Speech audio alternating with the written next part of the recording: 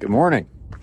I've been spending too much time on the computer. Had to come out, get my nature on, get a little exercise, but I did get hooked up with tickets to the Warriors-Cavs game last night, so basketball's on my mind.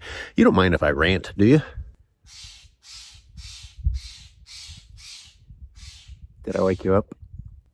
I swear, it looks like everyone, all 10 guys out there are going about 65 to 70%. It looks like you're at a practice where the coach says, hey, let's go easy. Let's just run through the plays. I mean,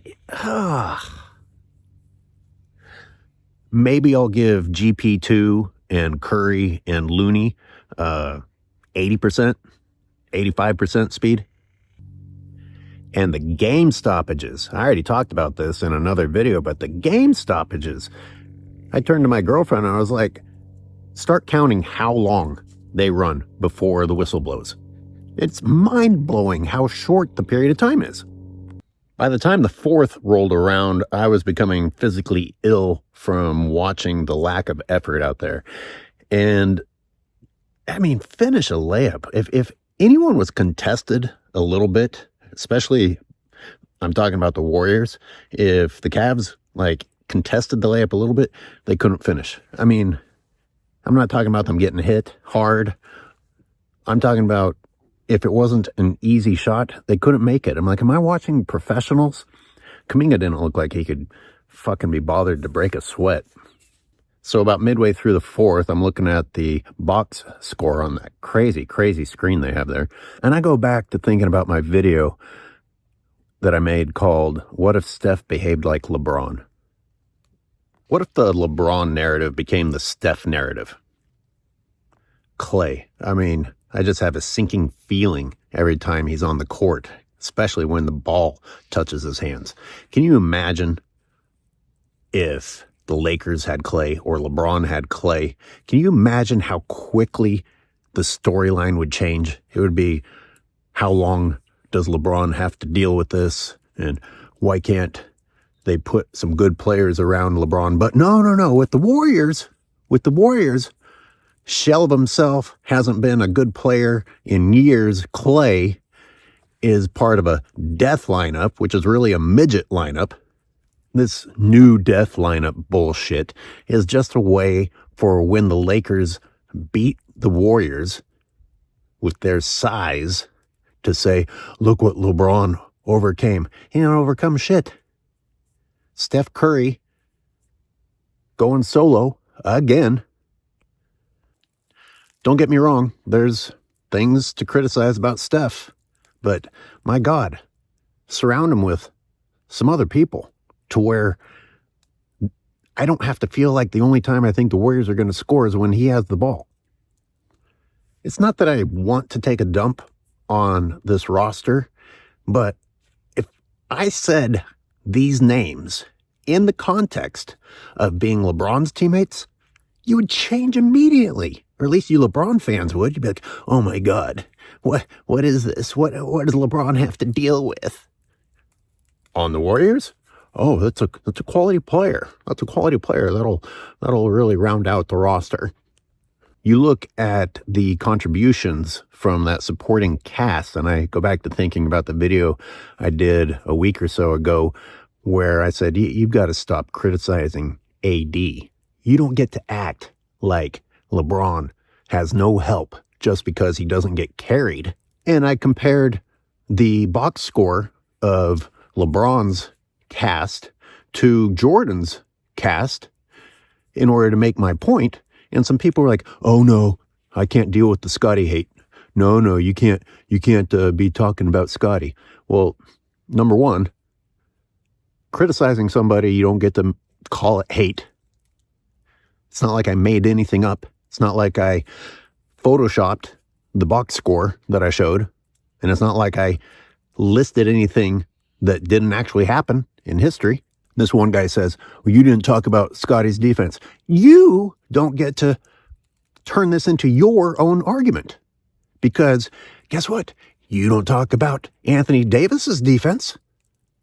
I compared the box score for a reality check. I didn't say I was going to do a fucking documentary on Scottie Pippen's defense. because you guys aren't doing a documentary on Anthony Davis's defense. You aren't doing a documentary on the hustle being exhibited by the rest of the Lakers while LeBron James is on lunch break while he's on the floor. And yes, I'm going to talk about the Draymond ejection.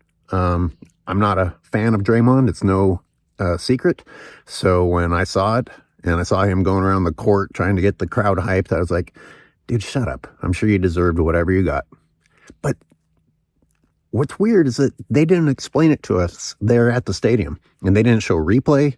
In fact, they made that screen go black, and the ref, I didn't hear the ref explain it.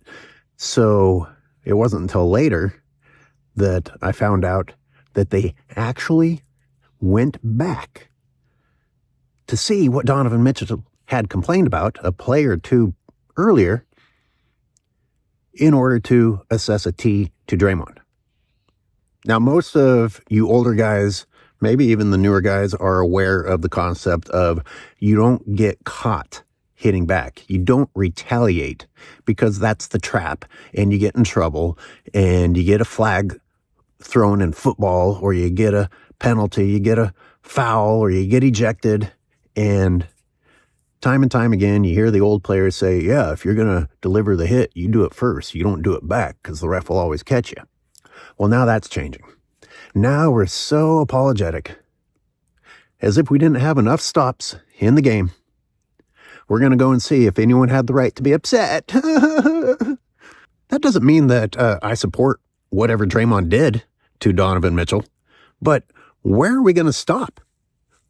I'm sure everyone on that court is upset about something that someone did to them at some point in the game.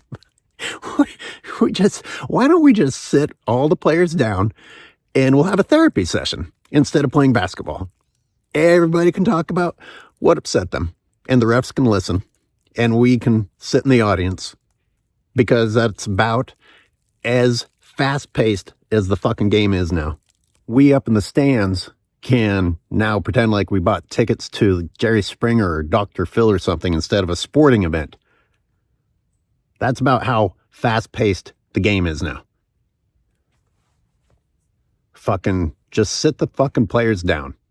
Let's hear everybody talk about how they deserve a max contract, or they felt betrayed by a GM, or they don't like the way a player tweeted about them, or you didn't like the reffing, or you didn't like the elbow you got 8 plays ago.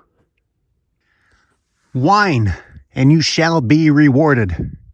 As James Harden has shown us time after time after time, as LeBron has shown us time after time after time. When's the last time he didn't complain to the NBA about not getting enough calls, despite fucking flopping? I mean, you got to be really mentally gone within your own ego to flop, complain about not getting a call, and actually complain to the league. I mean, to the point to where I'm actually imagining Steph needs to complain about being surrounded. And I don't like complaining. I'm falling into the trap. I'm falling into the trap of what society and the NBA has become. I'm like, well, if you're going to whine, then you should whine, and you should whine. No, nobody should whine. And yes, I'm whining.